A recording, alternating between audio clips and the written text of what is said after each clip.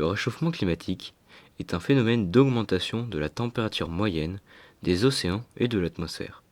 Ce phénomène est causé par l'augmentation de l'effet de serre due à l'augmentation des gaz à effet de serre dans l'atmosphère. Le fait que la température moyenne des océans augmente conduit à une montée des eaux, comme le montre cette expérience. Dans un premier temps, nous versons de l'eau colorée dans un tube à essai. Ensuite, nous avons fermé le tube à essai avec un bouchon muni d'un échappement.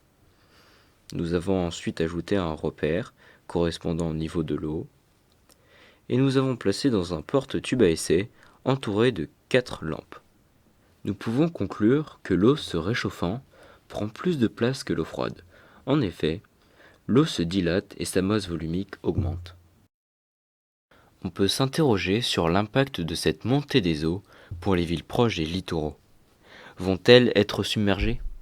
Sur ce schéma, nous pouvons voir que dans 100 ans, Venise, la ville aux nombreux canaux, sera sous les eaux. Mais qu'en sera-t-il de Pontchâteau et de son bassin versant dans 50 ans ? La ville de Pontchâteau est située dans le bassin versant du Brivet, qui comprend plus de 1900 km de cours d'eau.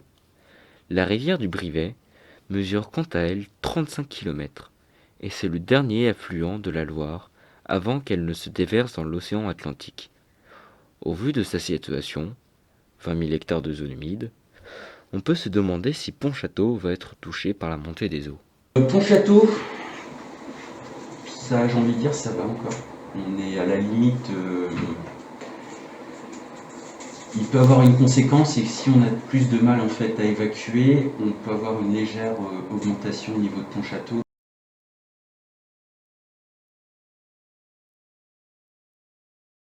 C'est juste pour vous donner des chiffres là, ce qui sont sortis, c'était le Covid, avec quand on est tous restés chez nous, c'était moins 5% en fait d'émissions de CO2, juste moins 5. Donc imaginez s'il faut diminuer, on doit normalement diviser par 2 voire par 3 les émissions de CO2.